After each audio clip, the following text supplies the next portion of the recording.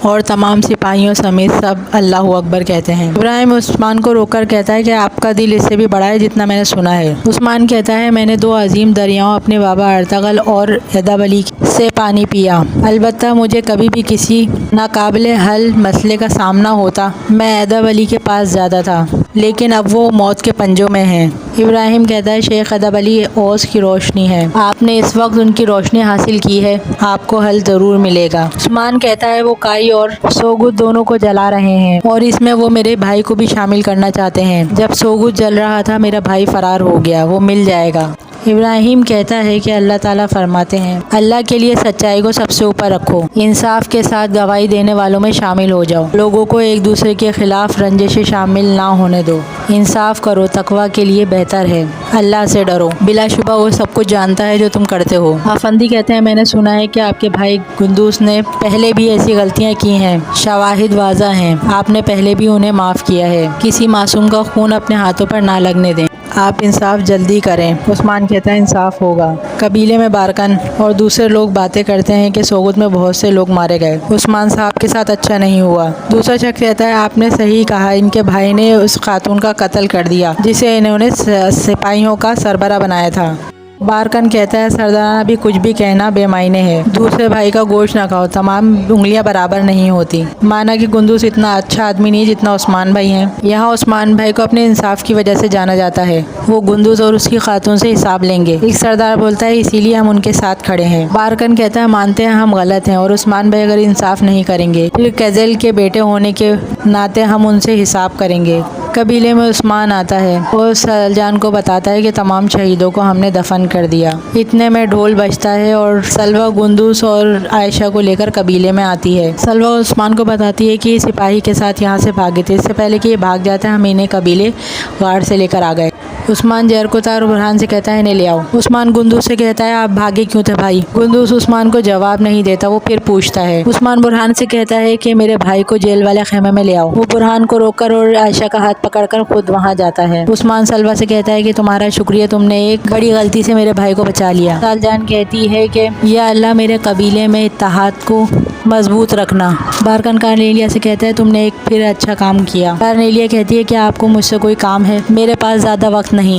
بارکن Cornelia کو زہر کی شیشی دیتا ہے اور کہتا ہے کہ سالجان کے لیے ہے اور ہنستا ہے، کہتا ہے اس کا بھی وقت آئے گا، ان کمرال ابدال شیخ کو ٹھیک کرنے کی پوری کوشش کریں گے، تمہیں انہیں اٹھنے نہیں دینا ہے۔ کارنیلیا کہتی ہے میں اس شمع کو بجھا دوں گی۔ جیل والے خیمے میں عثمان آتا ہے، زہر کوتا ہے اور برہان کو باہر جانے کا کہتا ہے، اپنا خنجر نکالتا ہے جسے دیکھ کے عائشہ کہتی ہے عثمان صاحب ہم نے کچھ نہیں کیا۔ گندوس اسے اشارہ کرتا ہے، عائشہ پیچھے ہوتی ہے اور گندوس اپنے گھٹنوں کے بل بیٹھ جاتا ہے۔ عثمان اس کے ہاتھوں پہ بندھی رسی کو کاٹ دیتا ہے اور کہتا ہے میرا بھائی ایک معصوم جان نہیں لے سکتا، پھر بھاگنے کی کیا وجہ تھی؟ گندوس کہتا ہے میں نے سنا کہ سوگت پہ حملہ کیے ہوا ہے اور اس کا الزام مجھ پہ آنے والا ہے، اس وجہ سے عثمان کہتا ہے کہ آپ کو میرے انصاف پر بھروسہ نہیں؟ گندوس کہتا ہے یہ بات نہیں، لیکن وہ سارے الزام مجھ پہ ڈالنا چاہ رہے تھے۔ عثمان کہتا ہے وہ آپ پر الزام نہیں لگانا چاہتے، ہمیں تباہ کرنا چاہتے ہیں۔ کیا آپ نہیں جانتے کہ فرار ہونے پر آپ کو پکڑ لیا جائے گا؟ آپ کو بھاگنے پر کس نے آمادہ کیا؟ گندوس کہتا ہے کہ جس نے یہ کیا ہے اسے ڈھونڈے بغیر میرا مرنے کا کوئی ارادہ نہیں۔ عثمان کہتا ہے آپ مریں گے، جب آپ مریں گے تبھی سچ سامنے آئے گا۔ ابراہیم نیکولا کے پاس آتا ہے اور کہتا ہے جو ایک قدیم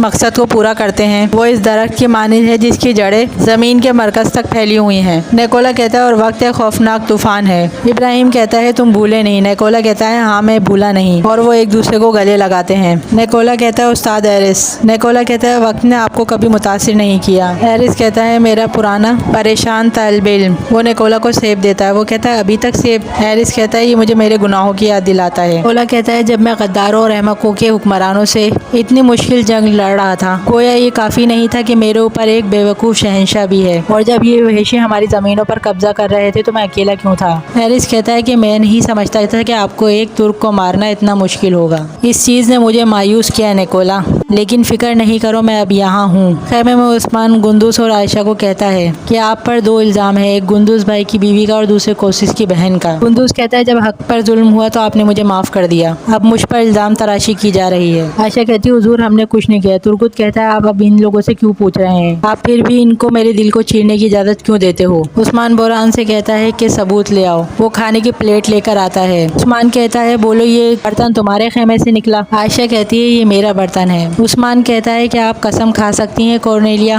کہتی ہے کاش یہ ٹوٹ جاتا اور میں اسے ہاتھ میں لیتی ہی نہیں۔ عائشہ خاتون نے یہ برتن مجھے اپنے ہاتھوں سے دیا۔ کوشش کہتا ہے میرے بہن کو دینے والی زہر کی شیشی ان کے خیمے سے نکلی ہے، آپ کس چیز کی تشویش کر رہے ہیں؟ عثمان کہتا ہے حقیقت ہی کوشش۔ ترغت کہتا ہے پہلے اس نے وزیر سے اتحاد کیا اور میری بیوی کو دیا، اب یہ کون جانتا ہے کہ اس نے میری بیوی کو کس کے کہنے پہ مارا؟ گندوز کہتا ہے آپ وہی بات دہرا رہے ہیں ترغت، کوشش میں نے ماری کس کو دی تھی؟ میں نے اپنے قبیلے کی حفاظت کے لیے ماری کو تمہارے حوالے کیا تھا، تم نے جا کر اسے نکولا کے حوالے کیا۔ کوشش کہتا ہے اس آواز کو کاٹ دو گندوز بھائی، تم میری غلطیوں کو نہ دہراؤ، تم آج مرو گے۔ عثمان کہتا ہے اس کا فیصلہ میں کروں گا کوشش، شائستگی سے بیٹھیں، جب آپ کی باری آئی تو بولنا۔ اتنے میں کارنیلیا رونے لگتی ہے، وہ برہان کے ہاتھ اسے باہر بھیجتا ہے۔ اس ایپیسوڈ کو پورا دیکھنے کے لیے ہماری ویڈیو کا پارٹ 2 دیکھیں، اور اگر آپ کو میری ویڈیو پسند آئے تو اس کو لائک، کامنٹس اور شیئر ضرور کیجیے گا۔ پھر ملیں گے اپنی نیکسٹ ویڈیو کے ساتھ۔ اللہ حافظ۔